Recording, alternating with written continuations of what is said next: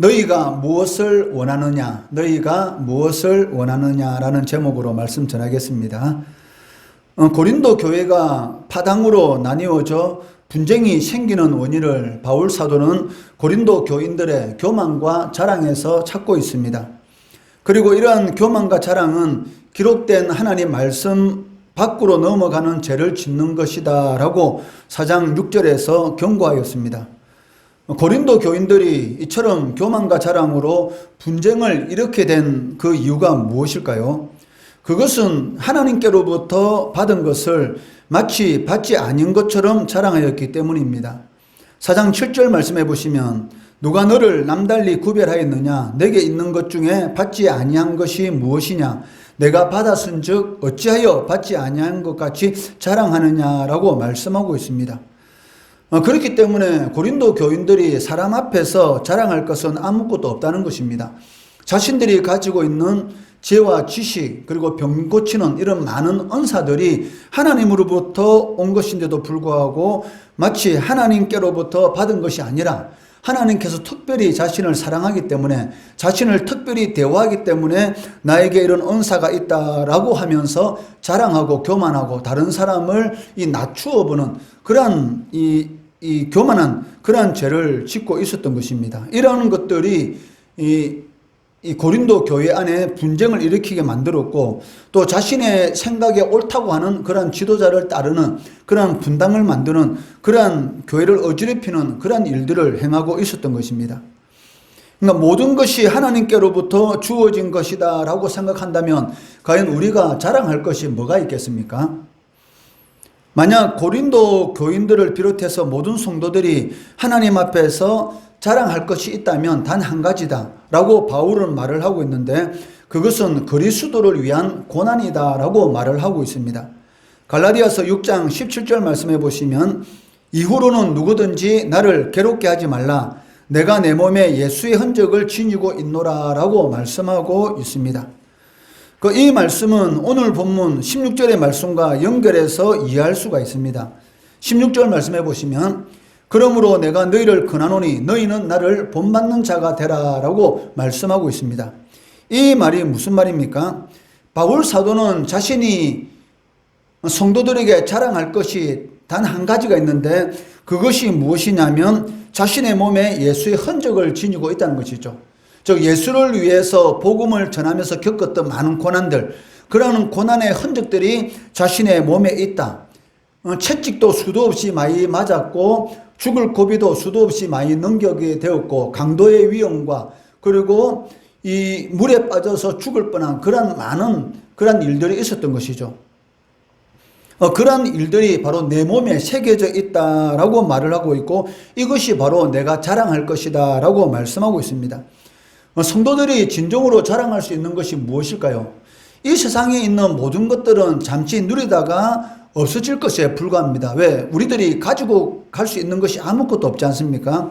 이 세상에 있는 모든 것들은 이 세상에서 우리가 살아가는 데 있어서 필요한 그런 하나의 도구인 것이고 수단에 불과한 것이죠.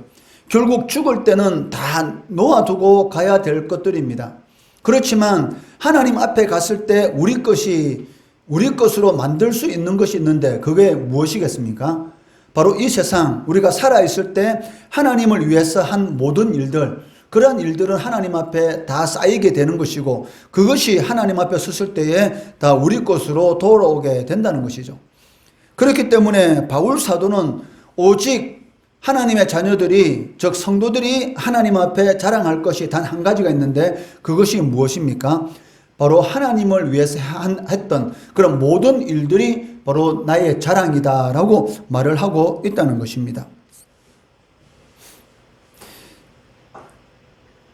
내가 너희를 권하노니 너희는 나를 본받는 자가 되라 라는 이 말은 내 몸에 예수의 흔적을 지니고 있는 것처럼 저 복음을 전하면서 겪었던 그러한 모든 고난의 흔적을 내가 지니고 있고 이것이 바로 하나님 앞에 섰을 때에 자신의 상급으로 다가올 것인데 너희들도 예수님께서 걸어가신 바로 그 길, 즉 십자가의 길을 걸어가라라는 그런 의미로서 너희는 나를 본받는 자가 되라 라고 말씀하고 있다는 것입니다. 고린도 교인들은 진정으로 그리스도와 함께 왕노릇하는 자들이 누구인지에 대해서 잘못 이해하고 있었다는 것이죠. 자신들은 마치 그 그리스도와 함께 이미 왕노릇하고 있는 것처럼, 그리고 이미 구원의 완성을 이룬 것처럼 그렇게 생각하고, 그리고 자신이 가지고 있는 많은 은사들 그리고 능력에 대해서 자랑하고 교만하고 있었던 것입니다.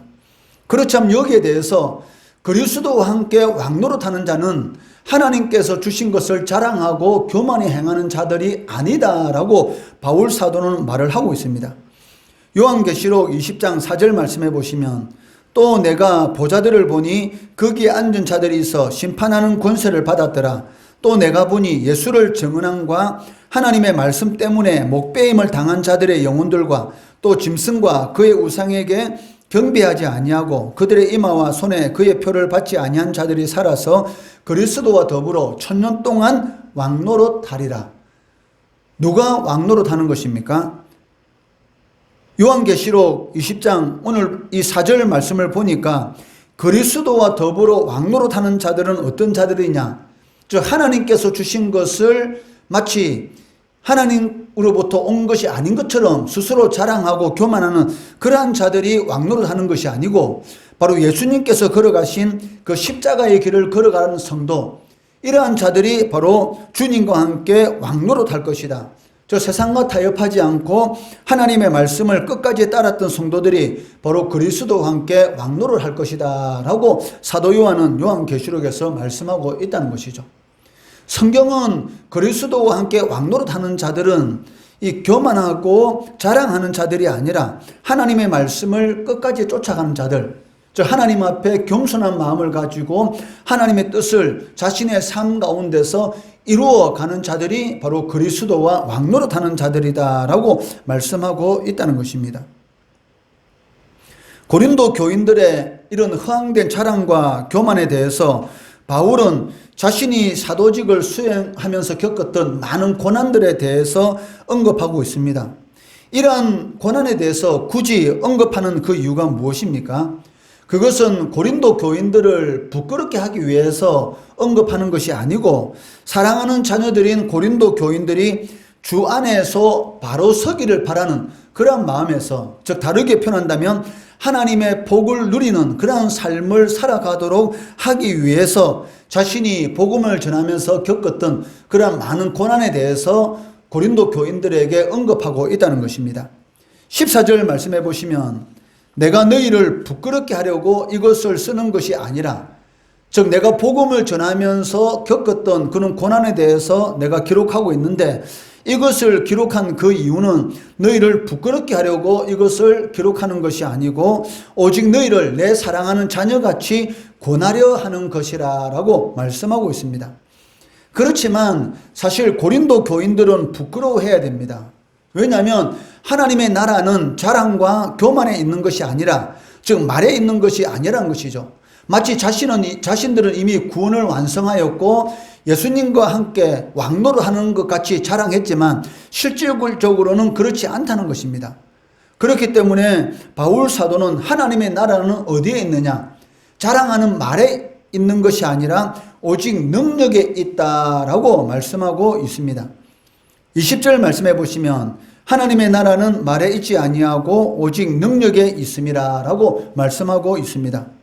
고린도 교인들은 마치 자신들이 이미 그리스도와 함께 왕노릇하고 있고 하나님의 나라가 고린도 교회에 임한 것처럼 열광적으로 자랑하고 떠들어대고 있지만, 사실은 그리스도의 나라, 즉 하나님의 나라, 그리스도께서 왕으로 통치하는 하나님의 나라의 모습과는 전혀 상관없는 그러한 모습을 고린도 교인들이 보이고 있었다는 것이죠. 그것이 바로 파당을 만들고 교회 안에 시기하고 질투하고 분쟁하는 그런 모습으로 나타나고 있었다는 것입니다. 서로 시기하고 질투하고 싸우는데 거기에 무슨 하나님의 나라가 있겠습니까? 하나님의 나라는 무엇입니까? 하나 되는 것이죠. 서로 위하고 아껴주는 하나 되는 것이 바로 하나님의 나라인 것이지, 서로 분쟁하고 시기하고 서로 잘났다고 자랑하고 교만하게 행하는 것, 이것은 하나님의 나라의 그런 모습과는 전혀 상관이 없는 그런 것이었습니다. 그렇기 때문에 하나님의 나라는 말에 있지 않고 능력에 있다라는 이 말은, 이 능력이라는 것은 무엇을 의미하고 있습니까? 허황된 말로 자랑하고 날뛰는 것이 아니라 사람들을 변화시키고, 그리고 핍박 속에서도 하나님의 말씀을 끝까지 붙들고, 고난 속에서도 믿음을 가지고 소망을 품고 기뻐할 수 있는 그러한 사람들이 진정으로 하나님의 나라가 임한 그러한 사람의 모습이다. 즉 하나님의 나라의 능력을 가지고 있는 모습이다라고 할 수가 있을 것입니다. 예수 믿는다고 하면서 조금 어렵다고 원망하고 불평하고 낙심하고 실망하는 이런 것은 하나님의 나라의 모습이 아닌 것이죠. 어떤 어려운 가운데 있다 할지라도, 핍박 가운데 일지라도 하나님의 말씀을 끝까지 붙들고 하나님이 나와 함께 하신다, 그리고 고난 가운데서도 기뻐할 수 있는 그러한 사람들이 바로 하나님의 능력을 가지고 있는 그러한 사람의 모습이라고 할 수가 있을 것입니다.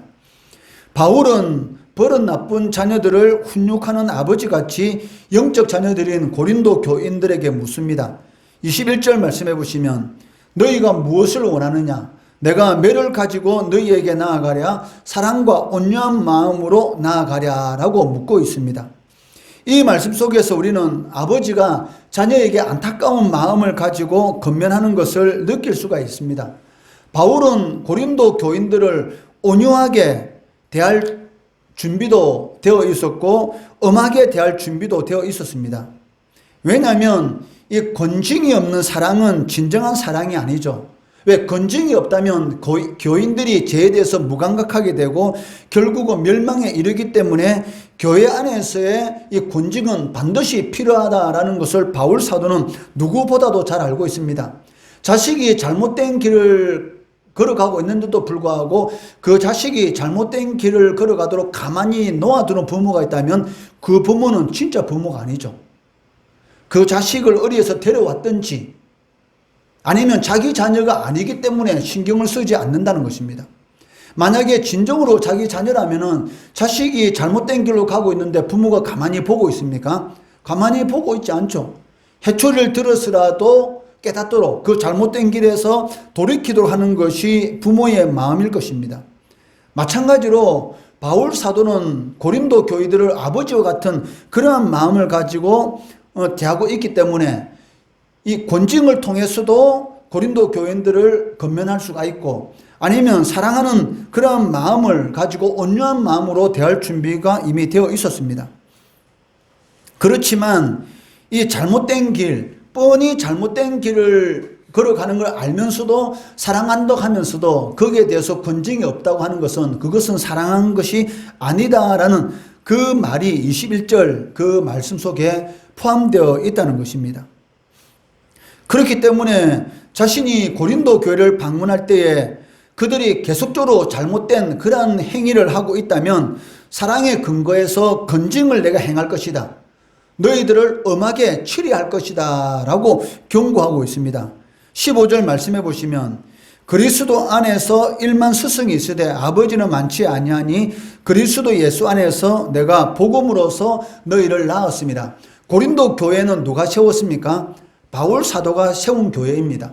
그러니까 바울 사도가 복음을 전해서 이런 복음으로서 낳은 새로운 생명을 가지도록 고린도 교인들을 복음을 전함으로 인해서 교회로서 세웠던 것이죠. 그렇기 때문에 바울은 이 스승이라는 이 말과 아버지라는 말을 대조하면서 그 당시에 스승이라는 위치에서 엉뚱하게 잘못된 그런 가르침을 통해서 교회 안에서 많은 문제를 야기시키는 그러한 그 선생들이 있었던 것이죠. 자신은 그러한 선생들과 다르다라는 그런 의미로서 이 아버지라는 이 단어를 사용해서 나는 너희들을 복음으로 낳은 아버지다라고 이렇게 말을 하고 있다는 것입니다. 이 아버지라는 말 속에는 어떤 의미가 있습니까?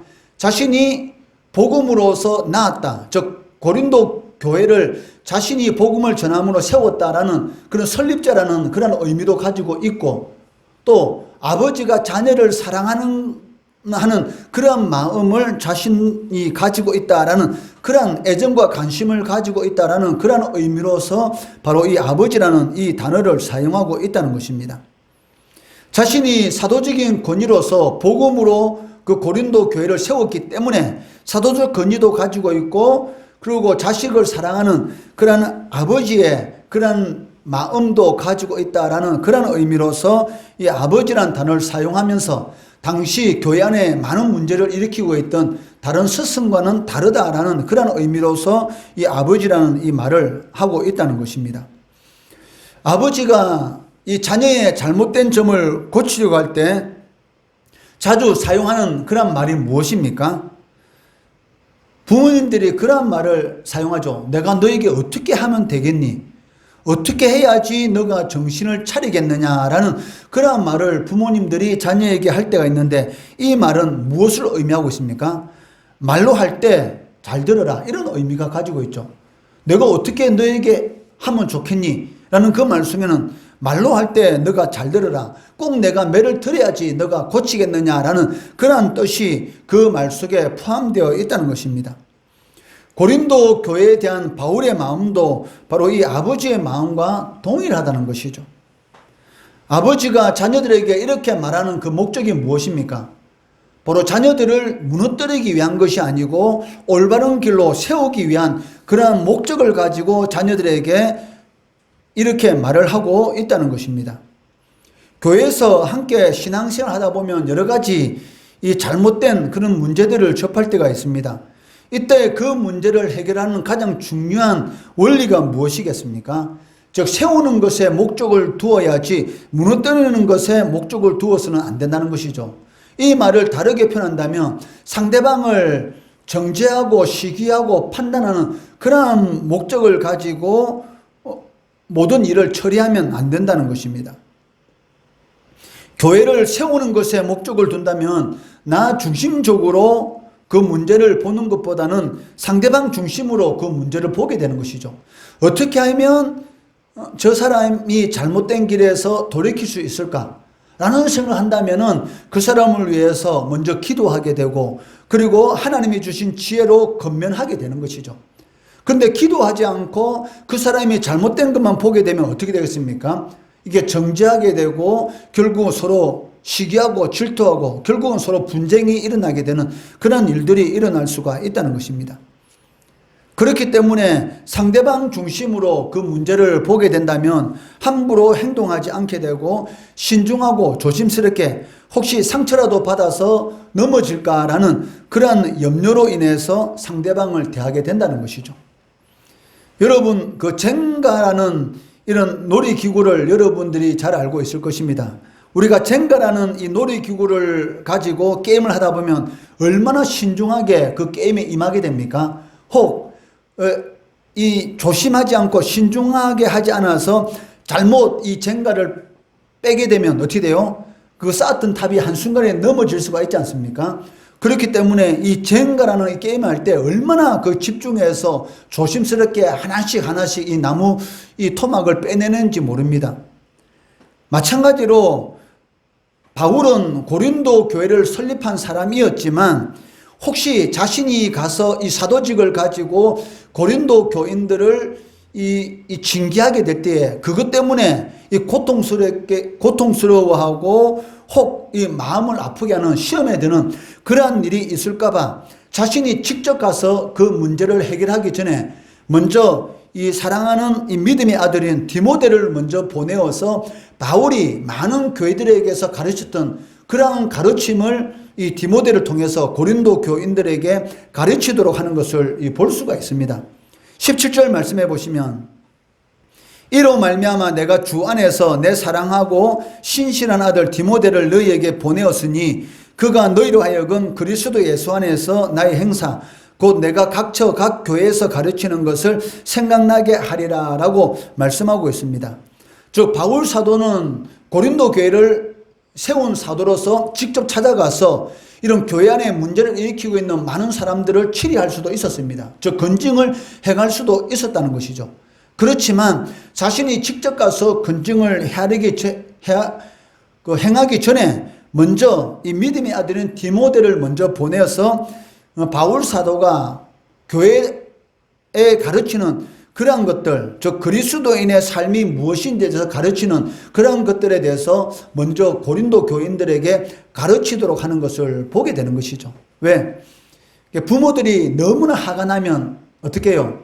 어떨 때는 이 부모님들이 너무나 화가 나서 이렇게 순간적으로 이 자신의 이 화를 억누르지 못해서 그 화로서 자녀들을 대할 때도 있지 않습니까? 그러니까 바울도 마찬가지였던 것이죠. 자신이 지금 당장 이 고린도 교회를 쫓아가게 되면 자신이 잘못된 그런 들은 내용에 대해서 바로 잘못된 일을 행하는 사람들을 바로 치리하고 건정을 행할 수 있는 그러한 어떻게 보면 상처를 입힐 수 있는 그러한 위험 요소가 있기 때문에 자신이 가기 전에 먼저 디모데를 보내서 잘못된 점들을 고치도록 그 가르침에 순종하도록 하는 것을 볼 수가 있습니다. 자녀를 무너뜨리고 하는 부모는 없습니다. 속이 상하고 아파도 자녀를 위해서 부모는 참는 것을 볼 수가 있습니다. 혹시 그 내 성질대로 했다가 마음이 상하게 되면 어떡하나 싶어서 한 번 생각하게 되고 두 번 생각하게 되고 또 생각하고 행동하게 된다는 것이죠. 이것이 바로 고린도 교회를 향한 바울의 마음, 그것을 바로 이 아버지라는 이 단어를 통해서 표현하고 있다는 것입니다. 하나님께서는 고린도 교인들을 향한 바울 사도의 마음처럼 우리들에게 이렇게 묻고 있습니다. 뭐라고 물을까요? 내가 매를 가지고 너희에게 나아가랴, 사랑을 가지고 나아가랴. 하나님께서는 여러분들에게 복을 주시기를 원하십니다. 그런데도 불구하고 자꾸 하나님의 말씀에 순종하지 않고 엉뚱한 길로 여러분들이 자꾸 나아가는 그런 모습을 보이게 되면 하나님께서 여러분들에게 이러한 질문을 던지게 되는 것이죠. 내가 매를 가지고 나아갈까? 아니면 사랑을 가지고 나아갈까? 그러니까 매를 가지고 하나님께서 나아가시기 전에 바울 사도가 디모데를 보낸 것처럼 여러분들에게 보내는 것이 있습니다. 그것이 무엇일까요? 바로 말씀입니다. 매주일마다 말씀을 통해서 혹 내가 하나님 앞에 매를 맞는 그런 일을 행하고 있는 것은 아닌지 이 매주일마다 말씀을 통해서 여러분들을 깨닫도록 해주시는 것이죠. 그리고 잘못된 길에서 돌이키고 하나님의 복을 누리는 그러한 삶을 살아가도록 하기 위해서 이 말씀을 통해서 먼저 여러분들에게 하나님께서 건면하십니다. 그런데 말씀을 통해서 끊임없이 건면한데도 불구하고 말을 듣지 않는다? 그러면 반드시 하나님께서는 징계를 통해서, 왜? 사랑하기 때문에. 자녀가 잘못된 길을 가고 있는데 징계가 없다면 그는 사생하다라고 성경은 말씀하고 있습니다. 그렇기 때문에 하나님께서는 말로 해서 안 들으면 반드시 징계를 통해서도 하나님께서는 깨닫게 해 주시는 것이죠. 이스라엘 백성들이 하나님께서 많은 선지자를 보냈는데도 불구하고 끝까지 우상을 섬기는 이런 제약된 잘못된 길에서 돌이키지 않았기 때문에 결국 북쪽 이스라엘은 어떻게 되었습니까? 아수르에 의해서 완전히 멸망하게 되었고 남쪽 유다는 어떻게 되었습니까? 다윗과의 하나님께서 하신 약속이 있기 때문에 네 왕위는 영원히 멸하지 않을 것이다. 왕위가 영원히 없어지지 않을 것이다 라는 그 약속 때문에 어떻게 했습니까? 남쪽 유다는 완전히 없어지지 않죠. 바벨론에 의해서 남쪽 유다가 멸망하게 되지만 바벨론에서 70년 포로 생활을 마치고 난 이후에는 다시 돌아와서 그 다음부터는 절대로 우상을 섬기는 그러한 죄를 저지르지 않는 것을 볼 수가 있습니다. 마찬가지로 하나님께서 처음에는 이스라엘 백성들에게 선지자를 보내서 말씀으로 돌이키도록 한 것처럼 오늘날 이 시대는 이 강단의 그 목사님의 말씀들을 통해서 혹 여러분들에게 건면하고 있다는 것이죠. 잘하고 있는 사람은 더 잘하도록 말씀을 통해서 깨닫게 해주시고 잘못된 길을 걸어가고 있는 성도들은 말씀을 통해서 깨닫고 회개하고 돌아오도록 그리고 하나님의 복을 누리도록 지금도 하나님께서는 역사하고 계신다는 것입니다. 이처럼 하나님께서 원하시는 것은 고통이 아니고 환난이 아니고 평안이다라고 말씀하고 있습니다. 하나님은 하나님의 자녀들인 성도들에게 좋은 것을 주시기를 너무나 기뻐하십니다. 자신의 아들 독생자 예수님을 십자가에 못 박혀 죽이시기까지 우리를 사랑하신 하나님께서 무엇을 안 주겠습니까? 아들을 죽이셨는데, 아들을 죽이면서까지 우리를 구원해 주셨는데 우리가 원하는 것, 우리에게 좋은 것을 주지 않겠습니까? 당연히 좋은 것을 주시는 것이죠. 그런데 문제는 무엇이냐면 우리가 좋은 것을 받을 수 있는 그런 그릇이 안 되는 것이죠. 아무리 많은 물을 부어주고 싶어도 컵 정도의 그릇밖에 안 된다면 금방 물이 차고 넘치게 되지 않습니까? 그렇기 때문에 하나님께서 우리에게 복을 주실 때는 먼저 그릇을 만들고 그 그릇에 합당한 복을 주시게 되는 것이죠. 하나님은 성도들에게 좋은 것을 주시기 원하십니다. 그리고 하나님께서는 좋은 것을 누릴 수 있도록 하나님의 자녀들이 하나님의 말씀 밖으로 넘어가지 않도록 하나님께서는 우리를 항상 붙들고 계시다는 것입니다. 이렇게 하나님께서 붙들고 있는데도 그것을 뿌리치고 하나님의 말씀 밖으로 나아간다? 그러면 결국 하나님께서 이제는 매를 들게 되는 것이죠. 이 자녀들 중에도 이 약삭 빠른 자녀들이 있습니다. 그러니까 눈치 빠른 자녀들은 지금 우리 엄마 아빠가 화가 났다 싶으면 어떻게 해요? 살살 알아서 어떻게 행동하는 것을 볼 수가 있어요. 그런데 같은 자녀들 중에도 눈치 없는 자녀들은 지금 이제 부모님이 터지기 일보 직전인데도 끝까지 말 안 듣는 그런 자녀들이 있는데 결국은 그런 자녀들은 부모님의 이 해초리를 맞게 되는 것이죠. 마찬가지입니다. 그러니까 하나님의 눈치를 잘 보는 자녀들이 하나님 앞에 복을 받는 것이죠. 이렇게 하면 안 되겠다. 하나님께서 나에게 지금 자꾸 신호를 보내고 있는데 내가 정신 차려야지. 하나님이 기뻐하는 그런 일을 행해야지. 그렇게 하면 하나님의 복을 누리는 그러한 삶을 여러분들이 살아갈 수가 있다는 것입니다. 그렇기 때문에 아무 유익이 없는 자랑, 그런 교만한 그러한 삶을 살아가는 것이 아니라 하나님의 말씀 안에서 겸손한 그런 삶을 살아갈 때에 하나님께서는 은혜를 베풀어 주신다. 은혜를 풍성히 누리기를 원하신다라고 말씀하고 있습니다. 하나님의 나라는 자랑과 교만에 있는 것이 아니다라고 말씀하고 있고, 오직 하나님의 나라는 어디에 있습니까? 우리들의 변화된 삶의 모습. 예수 믿기 전까지는 이렇게 행했는데 예수 믿기 전까지는 누구를 기준으로 살아갔습니까? 예수 믿기 전까지는 바로 내가 기준이죠. 오직 나를 위한 그런 삶을 살아왔다면 예수 믿고 난 이후에는 하나님이 기준이 되어야 합니다. 모든 것을 결정하는 기준이 하나님이 되었을 때에 하나님께서 주시는 그런 풍성한 그런 복을 누리면서 우리가 살아갈 수가 있다는 것입니다. 하나님의 나라는 우리의 변화된 삶의 모습, 먹든지 마시든지 무엇을 하든지 하나님의 영광을 위한 그러한 삶의 모습을 가지고 살아갈 때에 하나님께서는 우리의 모든 필요한 것들을 공급해 주시고 채워주시는 것이죠. 하나님은 육신의 부모님하고는 다릅니다. 육신의 부모님은 해주고 싶어도 못 해줄 때가 얼마나 많습니까? 그렇지만 하나님께서는 불가능이 없는 것이죠. 모든 것을 다 해줄 수 있는 분이 바로 하나님이십니다. 하나님을 여러분들이 기쁘게 한다면 하늘 창고문을 열고 쌓을 것이 없도록 부어주시는 분이 누구시다? 하나님이시다. 하나님은 모든 것을 주실 수 있는 분이 바로 하나님이십니다. 오직 하나님의 나라는 우리의 변화된 삶의 모습을 통해서 우리의 삶 가운데 나타나게 된다는 것이죠. 하나님께서 우리에게 주시기 원하시는 것이 무엇입니까? 매가 아닙니다. 바로 사랑, 그리고 온유한 마음, 그것이 바로 하나님께서 우리들에게 주시기 원하는 것이죠. 이러한 하나님의 은혜를 누리는 그런 성도의 삶, 우리 주일학교 학생들 되기를 주의 이름으로 축원합니다.